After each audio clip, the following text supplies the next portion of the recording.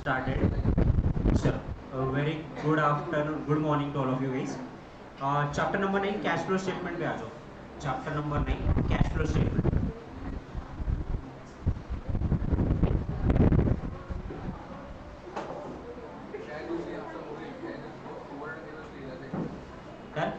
Chapter number 9 the cash flow statement. Accounting standard 3 बात करता है about a cash flow statement.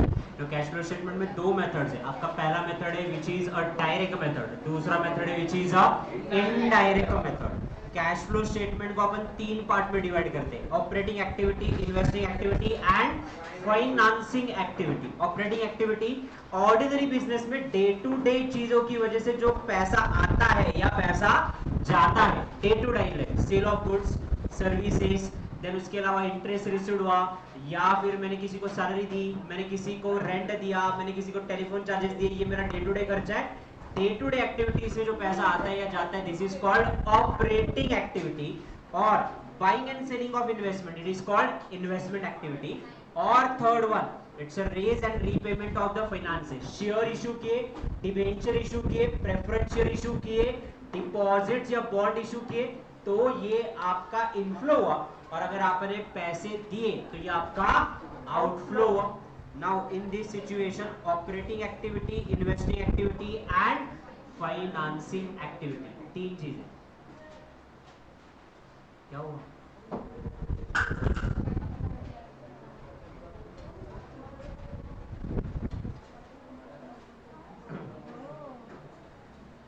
Done? Done, sir. Sure. Now, अब inflow and outflow. Okay, goods sale किए तो पैसे आ रहे, सर्विसेज दिए तो पैसे आ रहे. कहां पे जाएंगे? ऑपरेटिंग में जाएंगे, इन्वेस्टिंग में जाएंगे कि फाइनेंसिंग में जाएंगे? ऑपरेटिंग में जाएंगे. और आ रहे तो क्या करेंगे? ऐड. सैलरी दिया, रेंट दिया, इलेक्ट्रिसिटी दिया, टेलीफोन दिया, कमीशन दिया, ये सारे मेरे क्या है? एक्सपेंसेस है. नाउ ये फाइनेंसिंग इन्वेस्टिंग है कि ऑपरेटिंग है? ये मेरे ऑपरेटिंग है. पैसे जा रहे तो मैं क्या करूंगा? माइनस करूंगा इन्वेस्टिंग एक्टिविटी. इन्वेस्टमेंट कर रहा हूं, एसेट बाय कर रहा हूं, तो इन्वेस्ट कर रहा हूं, एसेट बाय कर रहा हूं, तो पैसे जा रहे, तो ये इन्वेस्टिंग एक्टिविटी में निगेटिव करके आएंगे. मैंने एसेट बेचा और पैसे आए, इन्वेस्टमेंट बेचा और पैसे आए, इन दैट सिचुएशन मुझे पैसे आ रहे, इट्स अ इनफ्लो. तो मैं उसको क्या करूंगा? ऐड. कौन सी एक्टिविटी से? इन्वेस्टिंग एक्टिविटी से. तीसरा फाइनेंसिंग एक्टिविटी. फाइनेंसिंग एक्टिविटी का मतलब क्या? शेयर इशू किया, डिवेंचर इशू किया, प्रेफरेंस शेयर इशू किया, इन दैट सिचुएशन ये आपका फाइनेंसिंग एक्टिविटी में आएगा. बट शेयर रिडीम किए, शेयर्स बायबैक किया, इन दैट सिचुएशन लोन अगर मैंने रीपे किया तो वो आपका फाइनेंसिंग एक्टिविटी में चला जाएगा. नाउ आपके पास दो फॉर्मेट है, एक डायरेक्ट मेथड का फॉर्मेट है और एक आपका इनडायरेक्ट मेथड का फॉर्मेट है. तो पहले आप ये फॉर्मेट निकाल के रखो.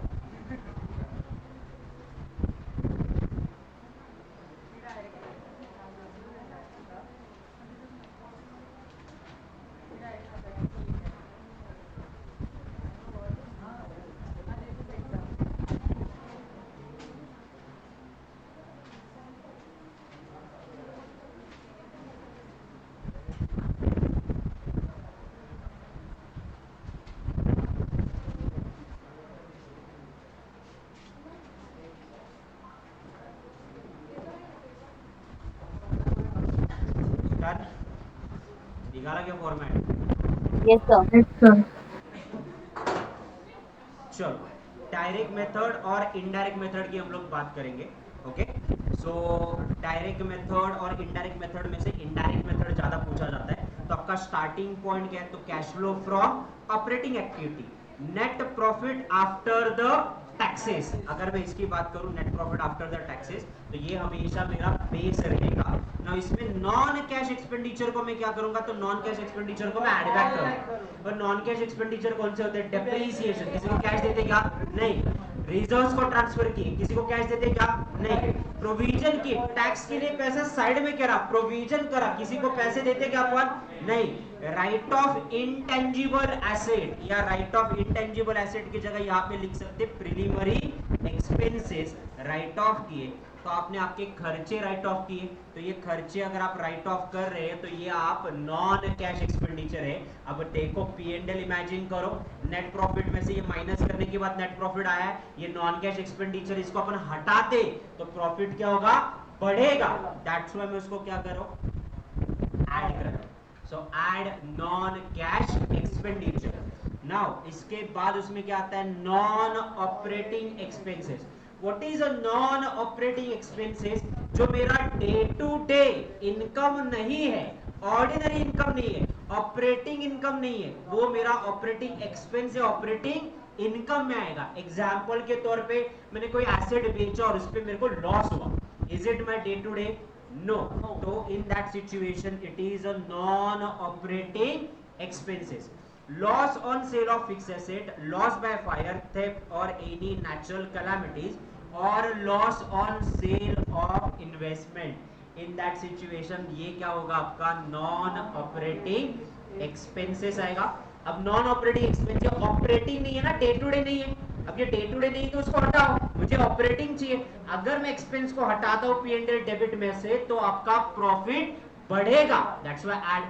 और आपको ऐसे अचानक से धन लाभ हुआ, मैंने एसेट बेचा प्रॉफिट हुआ, इन्वेस्टमेंट बेचा प्रॉफिट हुआ, is it your day to day activity, the answer is no, it is not my day to day activity. तो ये मेरा डे टू डे इनकम नहीं है, मुझे चाहिए cash flow from operating activity. अगर ये मेरा डे टू डे इनकम नहीं है, इन दैट सिचुएशन में उस इनकम को हटाऊंगा, उस इनकम को हटाएंगे तो प्रॉफिट कम होगा, तब हम इसको क्या करेंगे, माइनस। तो तीन चीजें हमेशा याद रखो, कौन सी, नेट प्रॉफिट में नॉन कैश एक्सपेंडिचर को ऐड करेंगे, नॉन ऑपरेटिंग एक्सपेंस को ऐड करेंगे और नॉन ऑपरेटिंग इनकम को माइनस करेंगे।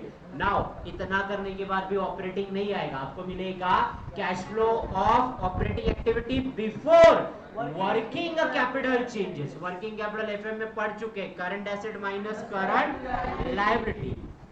अब इसके पीछे का लॉजिक क्या है, अगर करंट एसेट बढ़ा तो माइनस करेंगे और करंट एसेट कम हुआ तो प्लस करेंगे। सर इसके पीछे का लॉजिक क्या है, करंट एसेट में क्या आता है, स्टॉक आता है, बराबर। मेरे पास 10 लाख का स्टॉक था, अभी मेरे पास 12 लाख का स्टॉक है, इसका मतलब स्टॉक मैंने परचेज किया। अगर मैं स्टॉक परचेज कर रहा हूं तो 2 लाख रुपए मेरे जा रहे हैं। इंक्रीज इन स्टॉक का मतलब होता है increase in current asset, that's why अपन इसको क्या कर रहे हैं, माइनस कर रहे हैं, because money is going out. Now अब स्टॉक मेरे पास 10 लाख का था, अभी स्टॉक मेरे पास 7 लाख रुपए का है, इसका मतलब स्टॉक कम हुआ। स्टॉक कम हुआ इसका मतलब मैंने बेचा, बेचा मतलब पैसे आए, तो डिक्रीज इन करंट एसेट को मैं क्या कर रहा हूं, प्लस कर रहा हूं। ये आपके सामने ऑलरेडी फॉर्मेट है। Increase in current liability, decrease in current liability. मुझे क्रेडिटर को 50,000 रुपए देने थे, अभी 35,000 देने दिखाई दे रहे, इसका मतलब 50 का 35 हुआ, इसका मतलब मैंने उसको पेमेंट किया, पैसे गए, तो डिक्रीज इन करंट लायबिलिटी में कर रहा हूं माइनस। नाउ मेरे क्रेडिटर 50,000 थे, अभी 70,000 दिखाई दे रहे, इसका मतलब पिछला भी पैसा नहीं दिया, करंट का भी पैसा नहीं दिया, पैसा ही नहीं दिया, तो इसका मतलब पैसे बचे, तो पॉजिटिव मैं उसको क्या करूंगा, ऐड। तो ये ऐड लेस आपके करंट एसेट करंट लायबिलिटी करने के बाद मुझे मिलेगा that operating cash flow after working capital changes. इसमें से टैक्स माइनस करो तो फाइनल आंसर मिलेगा cash flow from operating activity. Then उसके बाद अपन बात करेंगे which is nothing but a investing activity. एकदम 2 लाइन में समझ लेंगे। फिक्स एसेट परचेज किया, इन्वेस्टमेंट परचेज किया, पैसा गया, ब्रैकेट में देखो निगेटिव लिखा हुआ है। इन्वेस्टमेंट सेल किया तो पैसा आया, पॉजिटिव लिखा है। बस इसके अलावा और कोई इन्वेस्टिंग एक्टिविटी में आएगा नहीं। अपन फिक्स एसेट में इन्वेस्ट करते या इन्वेस्टमेंट में इन्वेस्टमेंट करते, बाकी कहीं पे अपन इन्वेस्ट करते ही नहीं। फाइनेंसिंग, जहां जहां से तुमको पैसा आता है वो आपका क्या है, फाइनेंसिंग एक्टिविटी है। Share, debenture, bond, loan, redemption, buyback, ये सारा आपका फाइनेंस है।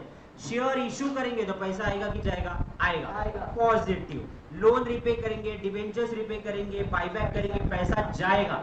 माइनस करेंगे फाइनेंसिंग एक्टिविटी, कर्जा लिया पॉजिटिव, कर्जा रिपे किया निगेटिव, डिविडेंड दिया फाइनेंसिंग एक्टिविटी, वहां से माइनस करेंगे। इंटरेस्ट दिया आपका फाइनेंसिंग एक्टिविटी है, वो आपके कैश फ्लो फाइनेंसिंग एक्टिविटी से माइनस होगा। अब ऑपरेटिंग का, देन उसके बाद इन्वेस्टिंग का, फाइनेंसिंग का, तीनों का टोटल लेंगे, ओपनिंग बैलेंस में डालेंगे, क्लोजिंग बैलेंस के साथ इसको टैली करेंगे। टैली हुआ तो समझने का बराबर है। अब अपने को आने वाले वैसे भी एमसीक्यू, ओके, अपने को वैसे पूरा स्टेटमेंट बनाना है क्या? नहीं। शायद आपको पूछा जा सकता है कि ऑपरेटिंग बताओ या सिर्फ इन्वेस्टिंग बताओ या सिर्फ फाइनेंसिंग बताओ। ज्यादातर ऑपरेटिंग पूछने के ज्यादा चांसेस है, क्योंकि वहां पे एडजस्टमेंट में स्कोप है। तो आपको format net profit add non cash expenditure add non operating expense less non operating income, फिर उसके बाद वर्किंग कैपिटल चेंजेस का एडिशन करना है, टैक्स पेड माइनस करना है, तो ऑपरेटिंग मिलेगा। ये आपका रेगुलर फॉर्मेट हो गया ना। कुछ ट्रांजैक्शन जो कैश फ्लो स्टेटमेंट में कभी नहीं आएंगे, कौन सा? Purchase of fix asset on the issue of shares and debenture. मैंने एसेट लिया, शेयर एंड डिबेंचर दिए, तो एसेट जो लिया उसके बदले में मैंने पेमेंट किया क्या किसी को? नहीं। पैसे गए क्या? नहीं। शेयर इश्यू किए, उसके बदले में पैसे आए क्या? नहीं। This is non cash transaction, तो ये नहीं आएगा। बोनस शेयर इशू किया, तो रिजर्व्स में से बोनस शेयर दिए, ना पैसे आए ना पैसे गए, तो कैश फ्लो स्टेटमेंट में नहीं रिकॉर्ड हुआ। रीवैल्यूएशन ऑफ फिक्स एसेट, तुमने एसेट में आपका वैल्यू रीवैल्यू किया, रीवैल्यू किया एसेट, तो मार्केट वैल्यू के हिसाब से अपने एसेट वैल्यू बढ़ाया, बट एक्चुअल में फायदा या नुकसान हुआ क्या? नहीं हुआ, तो ये भी आपके कैश फ्लो स्टेटमेंट में नहीं आएगा। सो कैश फ्लो स्टेटमेंट में एक इंपॉर्टेंट चीज जो आप लोगों को याद रखनी है, आपका बिजनेस फाइनेंस का बिजनेस है।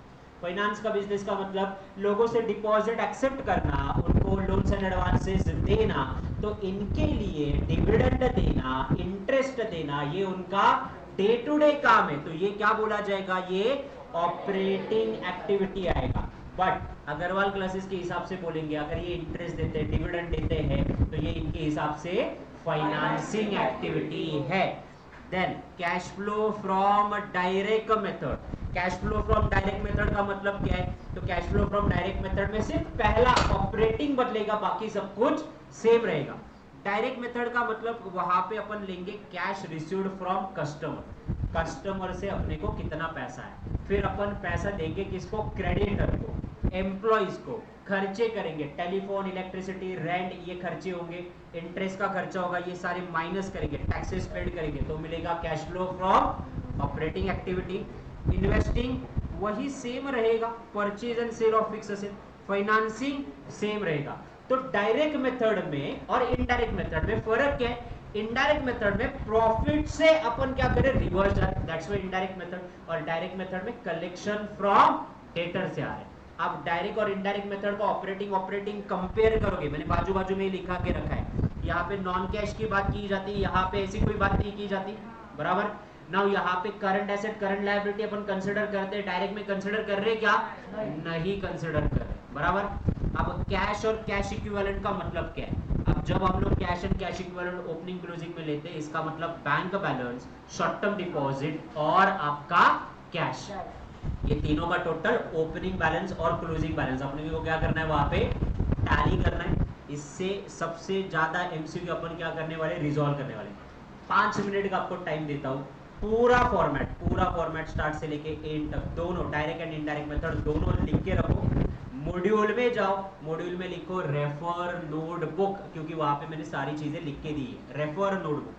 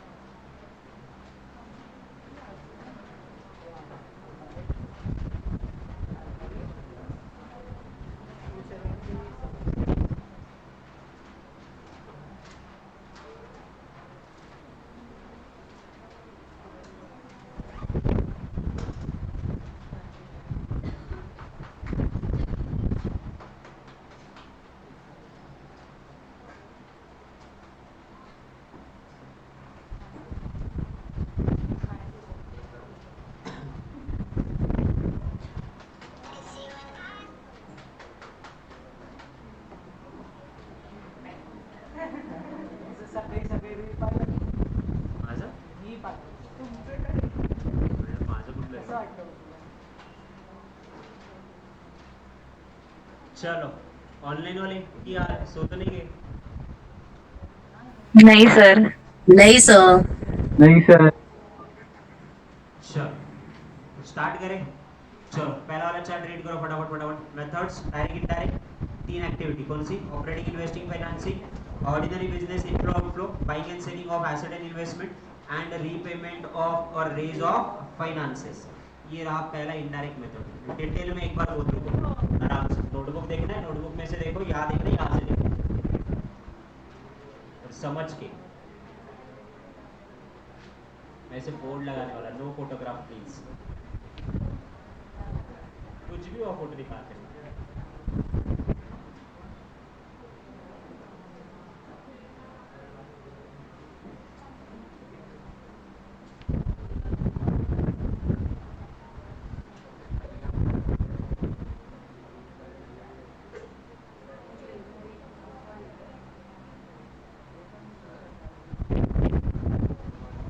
आम्हाला वाचतायत सगळे जण डिटेल मध्ये मन लावून वाचतात.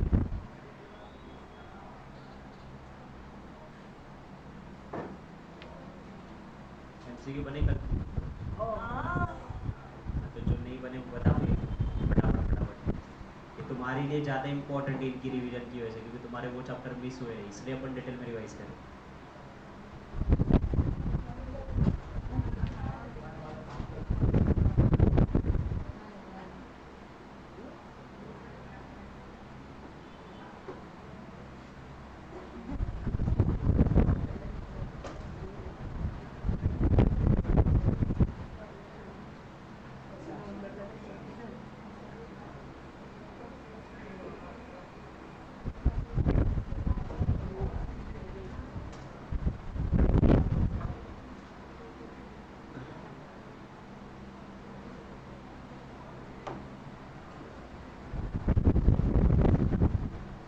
प्लीज़ स्टार्टिंग में अच्छा और बाद में ठंडा मत पड़ जाना जोश में। आज कैश फ्लो के स्टेटमेंट एमसीक्यू खत्म करने हैं। कैश फ्लो के का, हाँ, कैश फ्लो के आज स्टेटमेंट के एमसीक्यू करने हैं और उसके अलावा चैप्टर 6 के एमसीक्यू करने हैं। ज़्यादा नहीं, दोनों मिला के मेरे हिसाब से 100 के आसपास रहेंगे। इतना कल से तो बेटर है, कल वाला अगर इतना बड़ा कर लिया तो ये कर ही लेंगे। Yes sir. क्योंकि ये हमेशा का है, स्टार्टिंग में करते हैं, फिर उसके बाद आराम से। और मैं ये अभी सिर्फ 2 चैप्टर के लिए वेट कर रहा हूँ, परसों से एप्लीकेशन पे टेस्ट। तो एमसीक्यू करोगे तो टेस्ट दे पाओगे, एमसीक्यू नहीं करोगे तो टेस्ट नहीं होगा। लाइन अप कर रहा हूँ मैं, ऑलरेडी हो गया है। डेली 2 चैप्टर पे रहेगा। जिस सीक्वेंस में रिवीजन चल रहा है ऑलमोस्ट उसी सीक्वेंस में आपके टेस्ट होगा। 2 चैप्टर हो गए आपके, तो 2 चैप्टर पे कल या परसों टेस्ट हो जाएगा, फिर उसके बाद 8, 6 और 9 पे चैप्टर पे टेस्ट हो जाएगा, लाइक दैट होगा। सर नॉन ऑपरेटिंग इनकम मध्ये आपण लिहिले की profit on sale of fixed asset or investment आणि ते मायनस करायचं, पण मायनस का प्रॉफिट? वो मेरा डे टू डे नहीं है ना, मैंने ऊपर हेडिंग क्या दिया है, it is my cash flow from operating. मुझे डे टू डे एक्टिविटी का प्रॉफिट चाहिए, तो ये नॉन ऑपरेटिंग, इसको हटाएंगे, ये इन्वेस्टिंग में दिखेगा, नॉट ऑपरेटिंग। चलो हो गया? सर बट नहीं नहीं ठीक है। कुछ डाउट है? पूछो नहीं पूछो। सर। नहीं।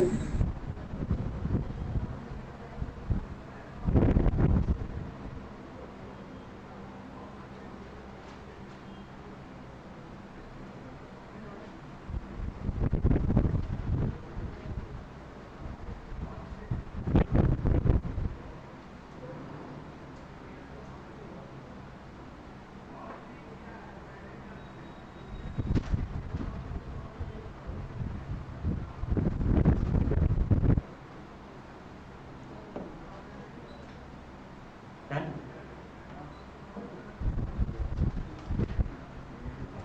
वीनू डाउट है?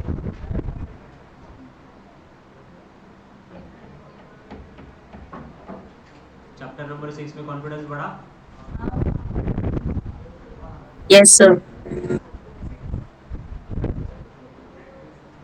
डन।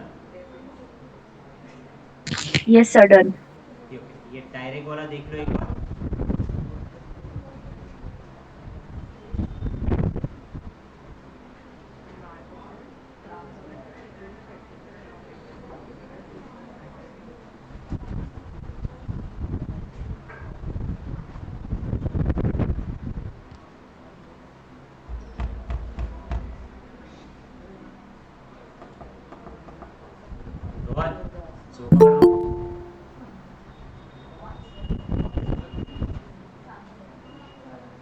वाचाल तर वाचाल.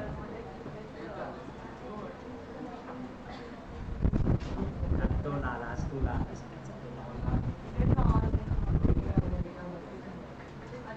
साक्षी तुझी मैत्रीण कुठे तुम्ही डायरेक्ट मेथड कुठून स्टार्ट होते बोलले? Direct collection from customer. Direct कस्टमरच्या घरी जातो.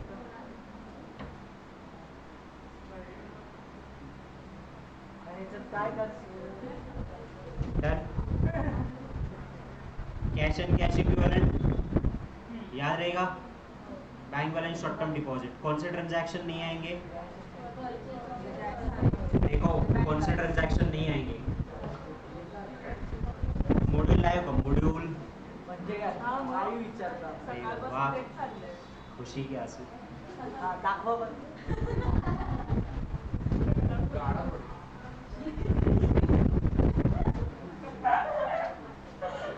नको ते कमेंट करू नये.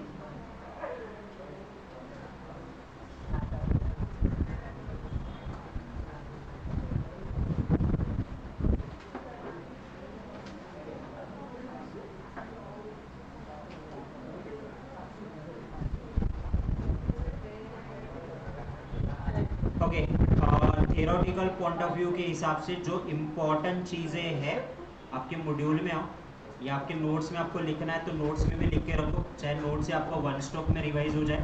ये मैंने नोट डाउन नहीं करा. Utility of the cash flow statement analysis. Cash flow statement analysis का यूटिलिटी यानी फायदा क्या है कैश फ्लो स्टेटमेंट का. तो cash flow statement help in efficient cash management. मेरे को समझ में आता है ना कहाँ से कैश आ रहा है, कहाँ पे कैश जा रहा है, ऑपरेटिंग पे कि इन्वेस्टिंग पे कि फाइनेंसिंग पे. तो utility of the cash flow पता चलता है. Help internal financial management. मैं फाइनेंशियल मैनेजमेंट अच्छे से मैच कर सकता हूँ. Disclose the movement of a cash flow. कहाँ से कैश आ रही है वो समझ में आ रहा है. Disclose the success and failure of the cash planning. Evaluate the management decision. Show the relationship between the net income and change in the business cash and the efficiency in the cash management. तो ये आपको याद रखना पड़ेगा. ये notebook में note down कर देंगे एक बार अच्छे से. एक है जगह वहाँ पे टॉप ऑफ द पेज पे लिख के रखो ना. नको जाऊ याच्यात. वो भूल जाओगे एग्जाम के टाइम पे, आप नहीं करोगे. लिखो लिखो. काय झालं सुजन? बोल रहा ना लिखो फटाक से. क्यों दे हेडिंग एडवांटेजेस कहीं तो एडजस्ट करके लिखो. टॉप ऑफ द पेज पे लिखो क्या एडवांटेजेस लिखा. क्या advantages?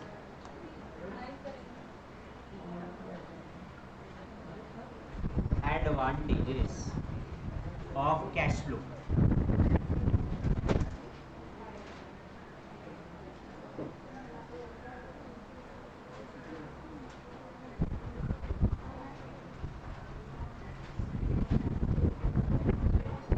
Advantages of cash flow. Ready? Point number 1. Help in efficient cash management. Help in efficient cash management.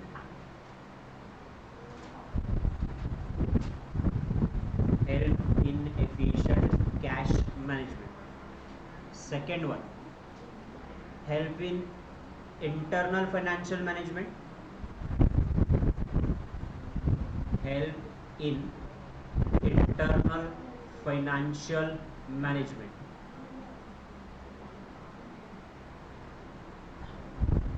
Help in internal financial management. Then third, disclose movement of cash.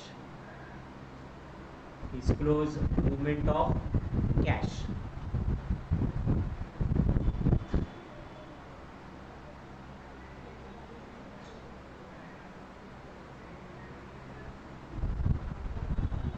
Disclose movement of cash. Disclose success or failure of cash planning.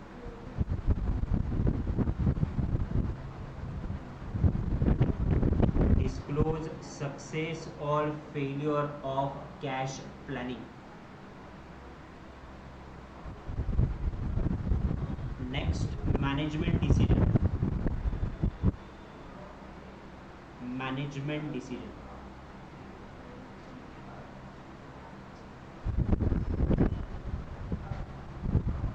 Management decision.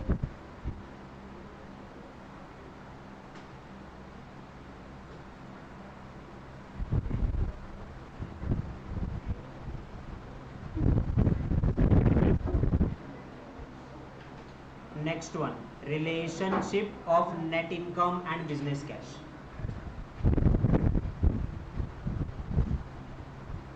Relationship between net income and business cash.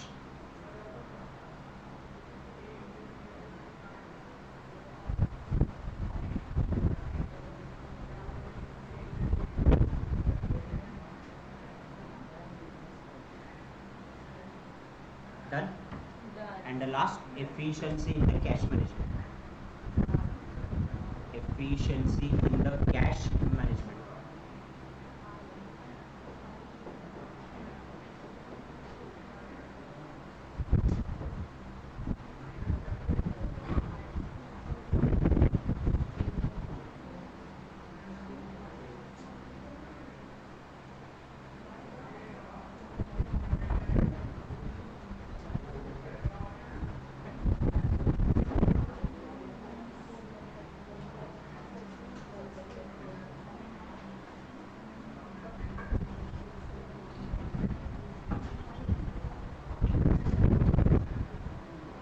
Done?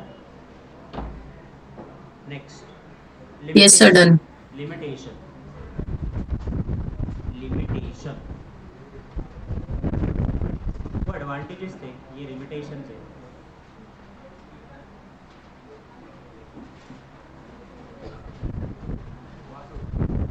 अरे मैंने कल ही एक share पे पैसा लगाया ऐसे analyse करके बहुत दिनों में 6% से बढ़ा है. कोणता? अक्षर केमिकल.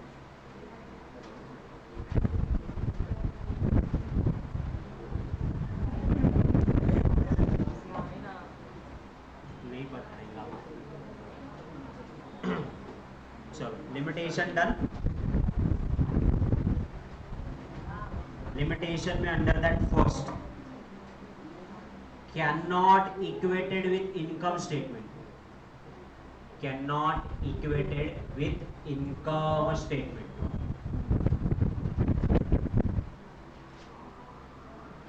Okay.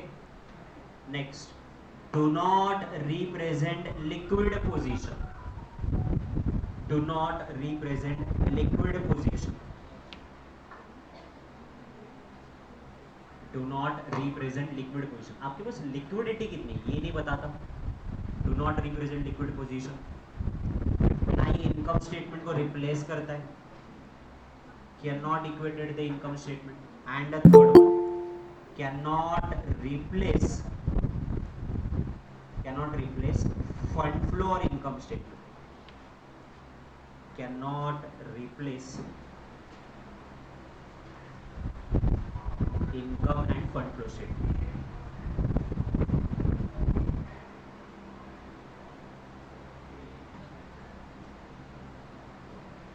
Done.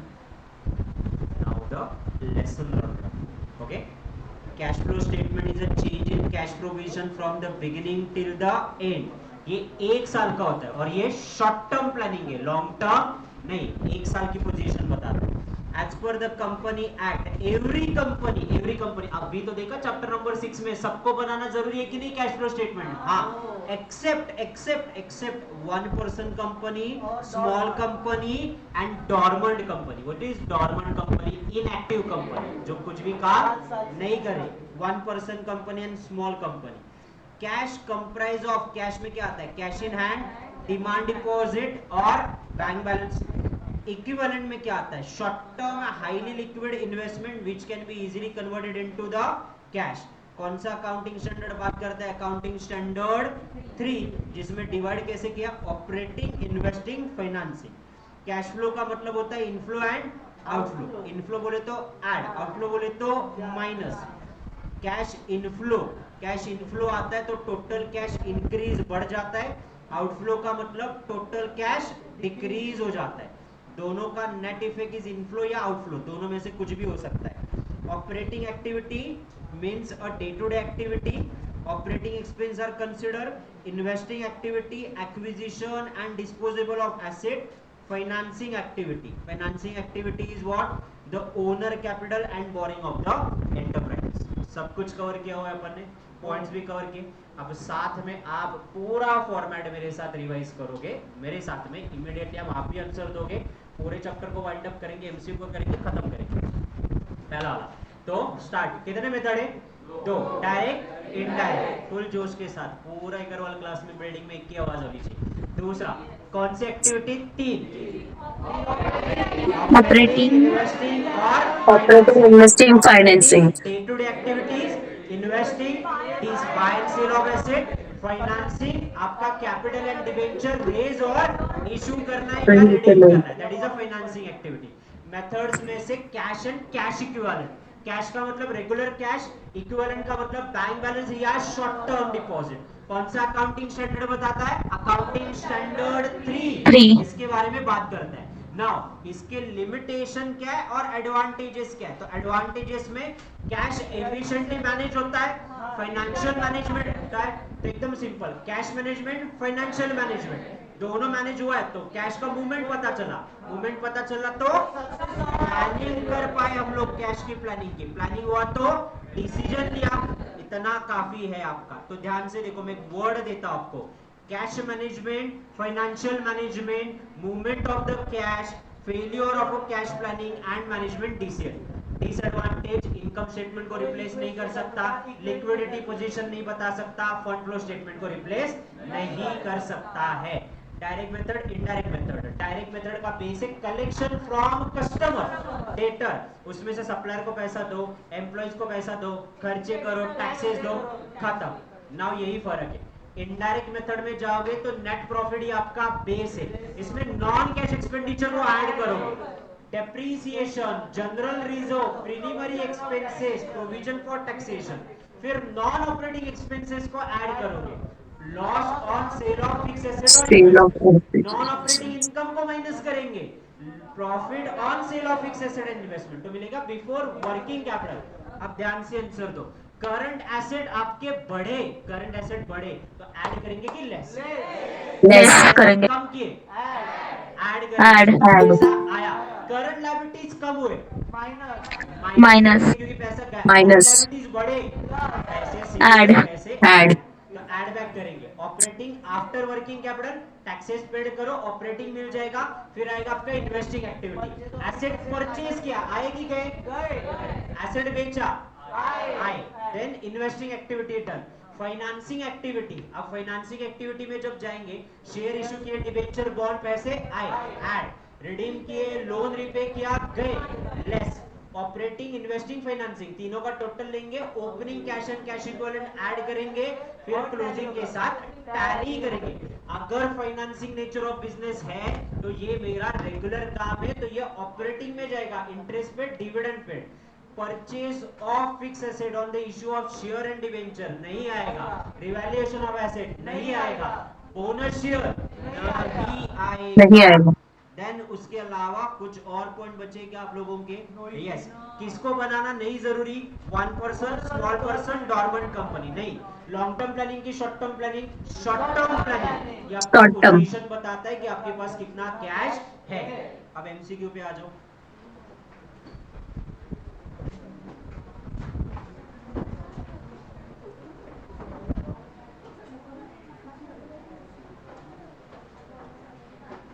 कहाँ गए?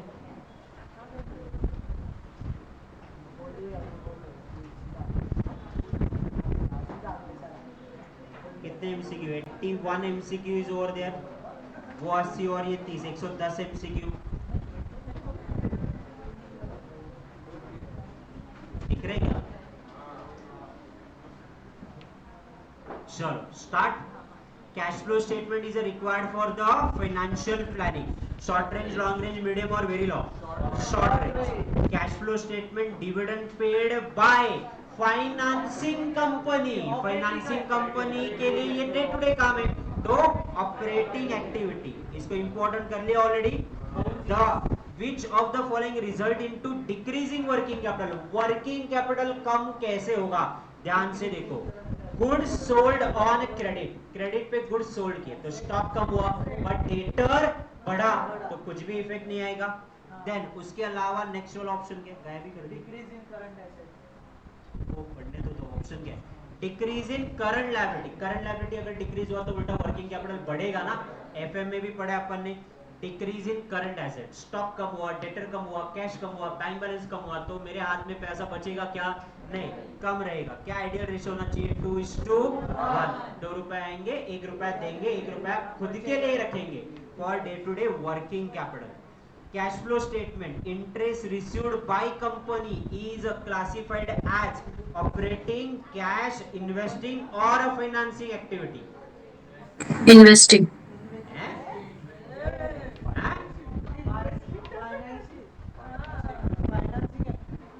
अच्छा, तो फाइनेंस भी लेगा, उससे इंटरेस्ट भी लेगा। वाह, क्या होगा, cash flow statement, interest received कब करेंगे, तुम इन्वेस्ट करेंगे तो तुमको मिलेगा ना इंटरेस्ट, तो ये आपका इन्वेस्टिंग एक्टिविटी हुआ। फाइनेंसिंग पे अपन डिविडेंड देते, इंटरेस्ट देते, यहाँ पे रिसीव्ड की बात चल रही है, पेड की नहीं। मनाली बोल रही है कि यार ऑपरेटिंग एक्टिविटी, वो तो फाइनेंसिंग कंपनी के लिए। ये कौन सी कंपनी है, नॉर्मल कंपनी है। ओके क्लियर, नॉर्मल कंपनी है तो नॉर्मल रहेगी, तो नॉर्मल दिखेगी तेरे को। चलो, इन केस ऑफ, अब तेरा आंसर सही आएगा, in case of financial enterprises वापस इंटरेस्ट रिसीव्ड, अब ये मेरा Operating. Fourth and fifth Operating. समझ में आया। अपने को कंसेप्ट अच्छे से याद है, श्री सर ने जान लगाया, मैंने भी लगाया, बट एमसीक्यू ठीक से रीड नहीं करे, नहीं बेस्ट पानी में। 6:1 अकाउंटिंग स्टैंडर्ड 3 कैश इक्विवेलेंट, ये क्या है, treasury bill, commercial bill, money और all of the above, all of the All of the above. All of the above. Employees को पेमेंट कर रहे तो कहां पे जाएगा, एम्प्लॉइज को पेमेंट कर रहे, इन्वेस्टिंग Operating activity. फाइनेंस देता है क्या, नहीं, Operating. Activity, operating sir. चलो इसका जोड़िए लगा, तुम लोग बहुत माहिर हो इसमें, जोड़िया। कैश फ्लो स्टेटमेंट क्या है, cash flow statement short term financial Short planning, term financial planning. Cash inflow, inflow of the fund, पक्का आया ना, हाँ sir. Okay. Inflow investment, funds. Cash and cash equivalent और payment of dividend, financial activity 2143 है क्या, ऐसे कुछ option E 2143, अच्छा कुछ प्रिंटिंग रहेगा, मैंने बोला रहेगा। चलो ओके, 10th वाला भी आ जाओ, match the pair. Cost accounting, fund flow statement, cash flow statement, ratio analysis. अब ये बोलो मत कि अपन ने पढ़ा नहीं, सब कुछ पढ़ा हुआ। रेशियो एनालिसिस भी पढ़ा है, कॉस्ट भी पढ़ा है, फंड फ्लो भी पढ़ा है, कैश फ्लो भी पढ़ा है। कॉस्ट अकाउंटिंग में हम लोगों ने क्या देखा था कि प्रोडक्ट बनाने के लिए खर्चा कितना आता है, deal with the cost of Product in selling. दो, fund flow statement, changes in working capital. Cash flow statement ये क्या करता है आपका, cash and Cash and cash equivalent. आएगा क्या, यस। और रेशियो एनालिसिस क्या बात करता है, important technique of financial analysis. तुम्हारा प्रॉफिट बढ़ रहा है क्या, तुम्हारा नेट प्रॉफिट बढ़ रहा है क्या, इंक्रीजिंग ट्रेंड है, डिक्रीजिंग ट्रेंड है, आइडियल रेशियो 2:1 है कि नहीं, ये इसको इंपॉर्टेंट कर लो। ऑप्शन कौन सा आएगा, बी ऑप्शन। B.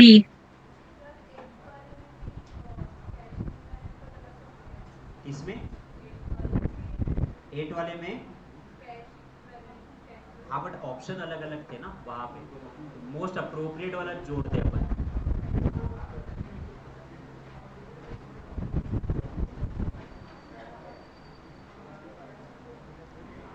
चल 13:1 आगे क्या सब लोग, 13:1 Yes sir. dash dash are necessary for the study a trend and direction of movement in a financial position and operating result, trend ratio, cash flow, common size और comparative statement, comparative statement, Comparative. movement। Comparative. मैंने आपको ना 2 statement बनाना सीखे comparison में। एक, जब आप current year previous year का कंपैरिजन करते, that is a comparative statement. और आप आपका gross profit divided by sale करते हो, net profit divided by sale करते हो, सैलरी का खर्चा डिवाइडेड बाय सेल करते हो, तो ये आपका उस साल का उसी साल से कंपैरिजन है। तो this is comparative and this is common size statement. समझ में आया? अपन ने यहां से नहीं करे थे ना, अपन ने दूसरा वाले में से करे थे ना एमसीक्यू, ये आपके यही से करे थे सारे हुए। काय काय हे सर 14 बाकी है। 14 वाला तो रेशियो एनालिसिस से रिलेटेड है ना। Current ratio 2.5, liquid ratio 1.5, working capital 75,000, value of stock held, shortcut दिया था मैंने, याद है क्या? 2.5 माइनस 1.5 बचा कितना? 1, तो 1 इंटू 75 कितना हो जाएगा? डिवाइड करते अपन 75, नन ऑफ दी अबव। ये मुझे याद है, ये गैदरिंग के टाइम पे हुआ था, तो कुछ लोग थे कुछ लोग नहीं थे, तो किसी के बुक में है सॉल्व किए हुए, किसी के बुक में नहीं।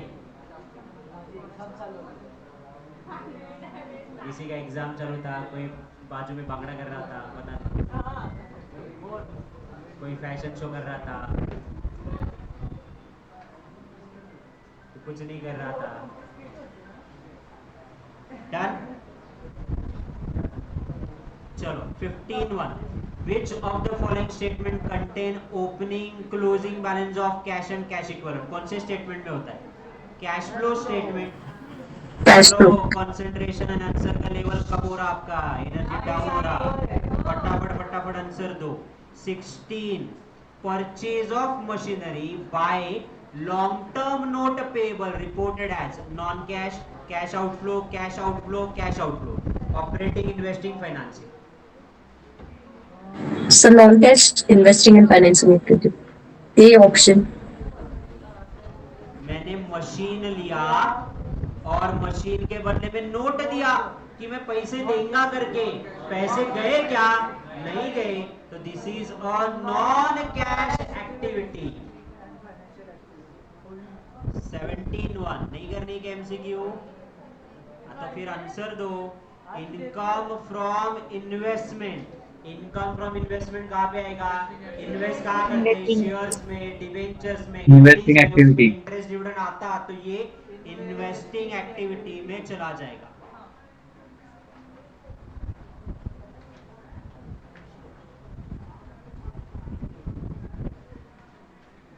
ओके 26, करेक्ट सीक्वेंस बताओ। सबसे पहले क्या आता है? ऑपरेटिंग, फिर क्या आता है? इन्वेस्टिंग, फिर क्या आता है? फाइनेंसिंग। फाइनेंसिंग। 2 3 1 312। 312। हाँ सर। देन 27 वाला बताओ।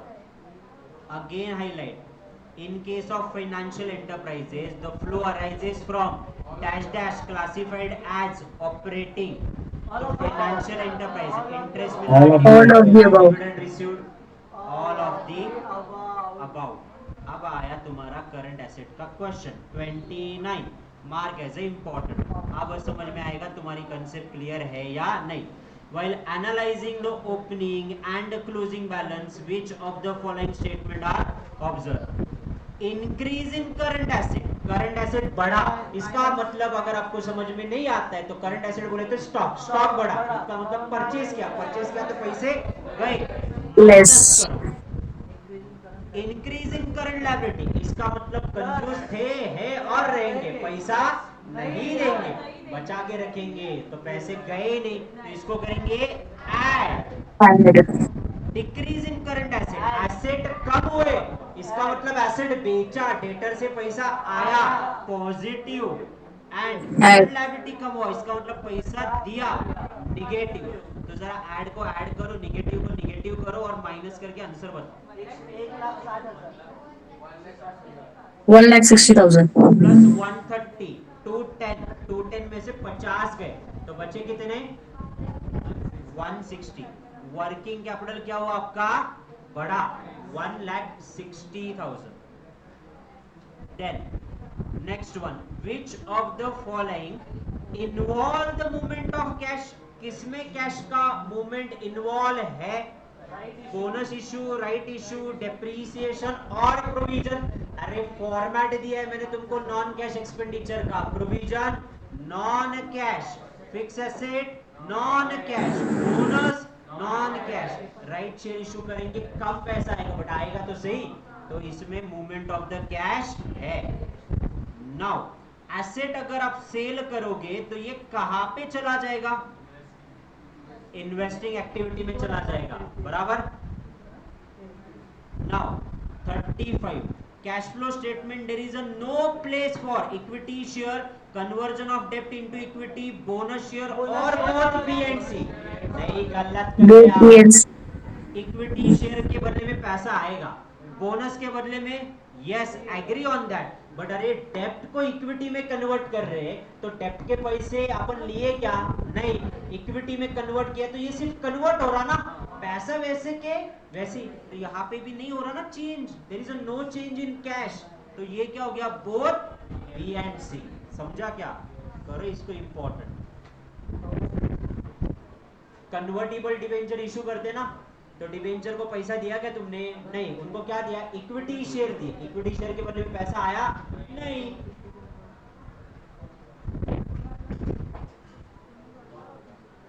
थर्टी सेवन वाला आप बताओ। चलो 37, interest and dividend received in case of manufacturing company. तो ये क्या हुआ? investing activity. Very good. Which of the following is not the part of operating? Operating का कौन सा पार्ट नहीं है? अभी देखा ना ऑपरेटिंग में क्या आता है? कस्टमर आता है क्या? हाँ, डे टू डे काम है। वेजेस डे टू डे काम है। सप्लायर से रॉ मटेरियल लेना डे टू डे। मशीन लेना ये इन्वेस्टिंग एक्टिविटी है सर। Investing activity. नहीं आएगा। एकदम परफेक्ट। 39 वाला बता। Yes, sir. Cash flow statement is a financing company, तो इंटरेस्ट रिसीव्ड हुआ तो ऑपरेटिंग एक्टिविटी। Operating activity. चल then 40, which of the following is not a component of cash flow statement? Cash flow statement का component नहीं है।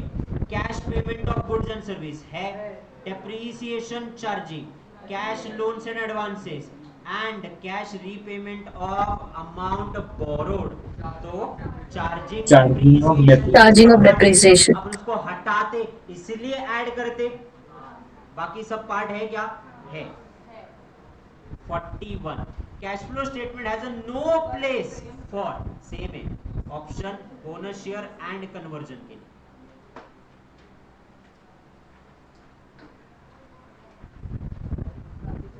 Okay 44 ये आपका ना प्रीवियस में क्यों 6 वाला चैप्टर रिवाइज किया था इसकी वजह से। देखो आया question, as per which schedule the balance sheet is prepared? Schedule 3 part 1 की पार्ट 2? Part 1. ठोको option C. 45 profit and loss account as per company act schedule 3 part 2। 2. बोलो इंस्टीट्यूट को जो पूछना है पूछो, अपन रेडी है इस बार। Dividend can be declared out of capital profit, capital, excess of income over expenditure और excess of expenditure. Excess of income over expenditure. Direct नहीं बोला, इनडायरेक्ट बोला, इसी का मतलब क्या हुआ? प्रॉफिट। आफ्टर डिक्लेरेशन डिविडेंड कितने दिन में देते? 30 days. 30 डेज। दो एनुअल जनरल मीटिंग के बीच में दिया हुआ dividend it is called as what? Interim dividend. तो ये कब दिया जाता है? एक्स्ट्राऑर्डिनरी जनरल मीटिंग, और एनुअल जनरल मीटिंग में फाइनल डिविडेंड दिया जाता है। सर डिक्लेयर बाय पूछे ना तो बोर्ड ऑफ डायरेक्टर आएगा ना? डिक्लेयर्ड बाय, ओके मुझे लगा कौन से मीटिंग में, बोर्ड ऑफ डायरेक्टर्स। ओके चलो ये तुम्हारा ये remuneration can not be more than if there is only one managing director. पक्का? देखो ये चैप्टर नंबर कौन सा है? 6, बट 9 में आ रहा है कि नहीं आ रहा है? आ रहा है, रिलेटेड है तो ऐसे ही पढ़ो इसको। MCQ number 50 cash flow interest paid, अब बोर हो गया यार, financial enterprises, interest paid by financial companies of operating, dividend received by manufacturing company is investing. Investing. हाँ जी बस हो गया। बाकीचं आता आम्ही Up. 54. Cash flow associated with extraordinary item should be separately classified from operating, investing, financing or both A and C. Extraordinary item को अपन separate कहाँ से करते हैं? ऑपरेटिंग एक्टिविटी से ऑपरेटिंग ऑपरेटिंग एक्टिविटी से से। फॉर्मेट याद है तो ये आंसर आएगा, वरना नहीं। नाउ सप्लायर को पैसा दिया, ये कौन सा एक्टिविटी है? ऑपरेटिंग, इन्वेस्टिंग की फाइनेंसिंग एक्टिविटी है? ऑपरेटिंग ऑपरेटिंग है ही नहीं। मैं ऐसे फटाफट फटाफट चैप्टर कब खत्म होगा समझ में नहीं आएगा। 2 मिनट की दूरी, लंबी भर की दूरी। रुको, पहले supplier of input and services, operating, investing और financing, operating activity. 54 extraordinary item है, सेपरेटली क्लासिफाई कहाँ पे करेंगे ये पूछा था। ऑपरेटिंग में ना एक्स्ट्राऑर्डिनरी का मतलब ही हुआ नॉन ऑपरेटिंग। जो ऑर्डिनरी नहीं वो एक्स्ट्राऑर्डिनरी, जो ऑपरेटिंग नहीं वही नॉन ऑपरेटिंग। डन? किसमें? और मामला भी ऐसा ही चाहिए। सर फाइनेंसिंग भी आएगा ना इसमें? एक्स्ट्राऑर्डिनरी फाइनेंसिंग में नहीं आएगा। नहीं, कंफर्म वही ऑप्शन। 56 पे आ जाओ। चलो 56, cash received from sale of fix asset should be classified as what? Cash flow from operating, investing. तुमने लिया क्या? एसेट, तो ये क्या बना? इन्वेस्टिंग। तुमने डिबेंचर इशू किए तो फाइनेंसिंग, पक्का? तुमने गुड्स बेचे तो operating. Operating Okay, 59. Which of the following item are subtracted? Subtract कौन सा होगा? When the net income has been arises from the operating. Depreciation को तो अपन ऐड करते हैं। बॉन्ड रीपे किया तो वो तो फाइनेंसिंग एक्टिविटी है। Financing again on sale of land, ये मेरा नॉन ऑपरेटिंग इनकम है, तो क्या इसको अपन माइनस करेंगे क्या? यस। यस सर और लॉस है तो इसको क्या करेंगे? ऐड। तो अपने को कौन सा चाहिए? सब्सट्रैक्ट। तो ऑप्शन कौन सा होगा? Option C. C perfect. बन रहे फॉर्मेट से आपके क्वेश्चन बन रहे? यस सर बन रहे कि नहीं बन रहे? Yes sir 60। अरे ऐसे ही तुमको जून तक ऐसे ही चिल्ला चिल्ला के जाना है बस। Now which of the cash flow statement is a financing activity? तो इसमें से चारों में से बताओ फाइनेंसिंग कौन सा है। मैं अब कुछ नहीं बोलने वाला। Sir cash from lenders to lenders as interest government को टैक्सेस दिए तो वो ऑपरेटिंग में आता। और रीपरचेज ऑफ कंपनीज स्टॉक और लेंडर इंटरेस्ट और outflow of the bond payable by the another company. So lender interest lender interest ये आपका आएगा फाइनेंसिंग एक्टिविटी में। आप बॉन्ड परचेज करें तो ये आपका इन्वेस्टमेंट हुआ। अब आपके शेयर रीपरचेज करें वो भी आपका इन्वेस्टमेंट ही है। तो ऑप्शन कौन सा आएगा? Option C. सी चलो 62, cash paid for the preference dividend. तो cash paid for the preference dividend, तो ये कौन सा? इन्वेस्टिंग, फाइनेंसिंग, ऑपरेटिंग की नन? डिविडेंड दे रहे, किसको डिविडेंड देते? जो फाइनेंस देते उनको फाइनेंस। फाइनेंसिंग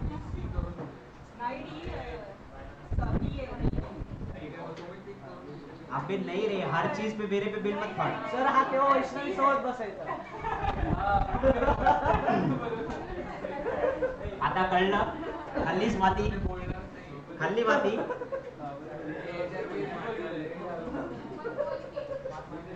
सर्वात जास्त मजे मनाने घेते बघ। 63 साई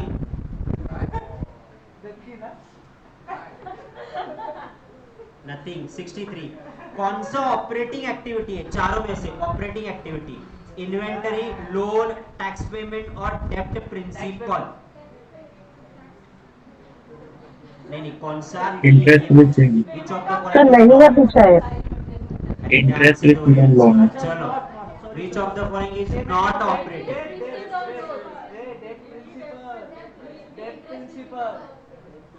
डेब्ट प्रिंसिपल।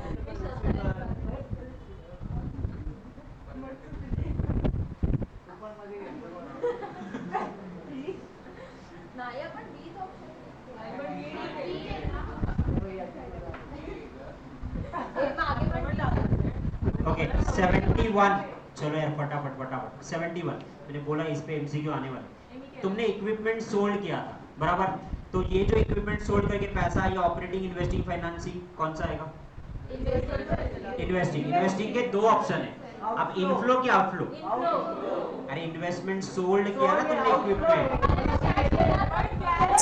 Outflow. पण गेले, पैसे पण गेले, करिअर पण गेला, आयटेम पण गेला, आणि गर्लफ्रेंड पण गेली, आणि गर्लफ्रेंड पण गेली। तेव्हा तुम्हाला समजलं असेल. सबक सोल्ड किया है ना, तो सोल्ड किया तो पैसे आएंगे ना।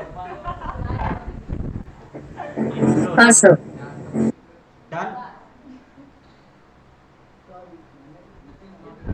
Which of the following is operating activity? कौन सा ऑपरेटिंग एक्टिविटी है? डिविडेंड या फाइनेंसिंग है, रीपेमेंट ऑफ नोट फाइनेंसिंग है, इंटरेस्ट ऑन इन्वेस्टमेंट ये आपका ऑपरेटिंग है, डिपेंड करता कौन सी टाइप की कंपनी है वो। परचेज ऑफ इक्विपमेंट इन्वेस्टिंग है, तो receive of interest non operating करके माइनस तो करेंगे ही करेंगे ना। सो 72 भी बाकी है। 72। 72. Which of the following is not an example of cash and cash equivalent? Certificate of deposit, money market, or it is a money market mutual fund, or it is a euro bond. तो certificate of क्या? Certificate of deposit, Certificate of bond ऐसा option ही नहीं है। Option A. Sir आपण युरोपमध्ये केलं. एक minute,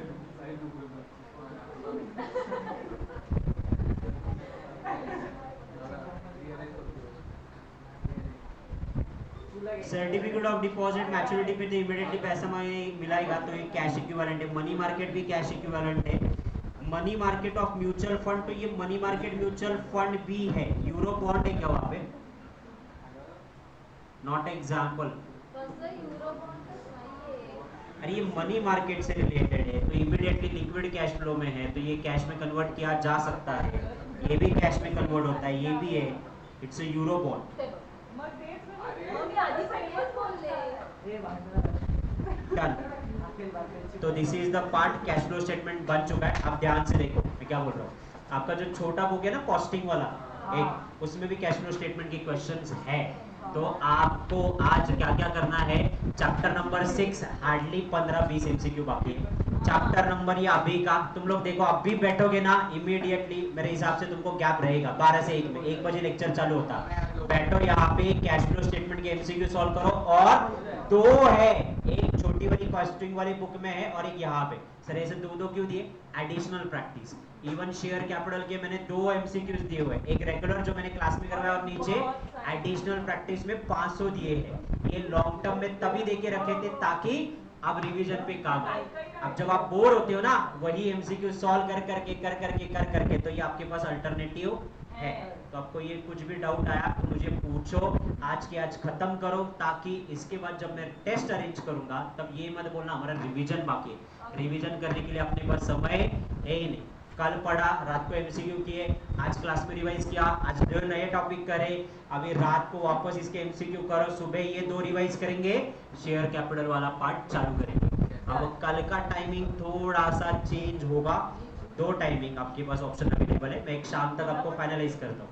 एक तो मैं इवनिंग में लूंगा, पूरा इवनिंग में 6 से, मैं बता रहा, ऑप्शन दे ही नहीं रहा, मैं बता रहा, मैं ऑप्शन दे ही नहीं रहा कि ये प्रेफरेबल है या नहीं। मैं बता रहा हूँ आपको कि ऐसे ही होगा। एक तो शाम में होगा 6 से लेके 9 साढ़े 9 तक शाम में, या फिर ऑप्शन ये रहेगा कि मैं मॉर्निंग में जल्दी आऊंगा। मैं एक बार सैम सर से बात करता हूँ क्योंकि मेरा बात नहीं हुआ है। मैं 7:30 से 9 तक लेक्चर लूंगा, 9 से 10 में ब्रेक रहेगा, फिर 10 के बाद मैं वापस कंटिन्यू करूंगा 9 से 10।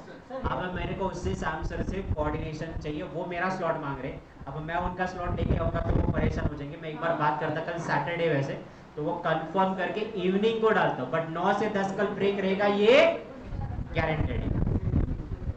चल Sir, question number 6. More than that, we are starting with immediately financial management. FM वाला पार्ट करवाने वाला हूँ, तो FM का मॉड्यूल रेडी रखिएगा, ओके? सर क्वेश्चन नंबर 63 इसका एक्सप्लेन करें ना। एक व्हाट्सएप करना, मैं स्क्रीनशॉट निकाल के मैं रिप्लाई करवा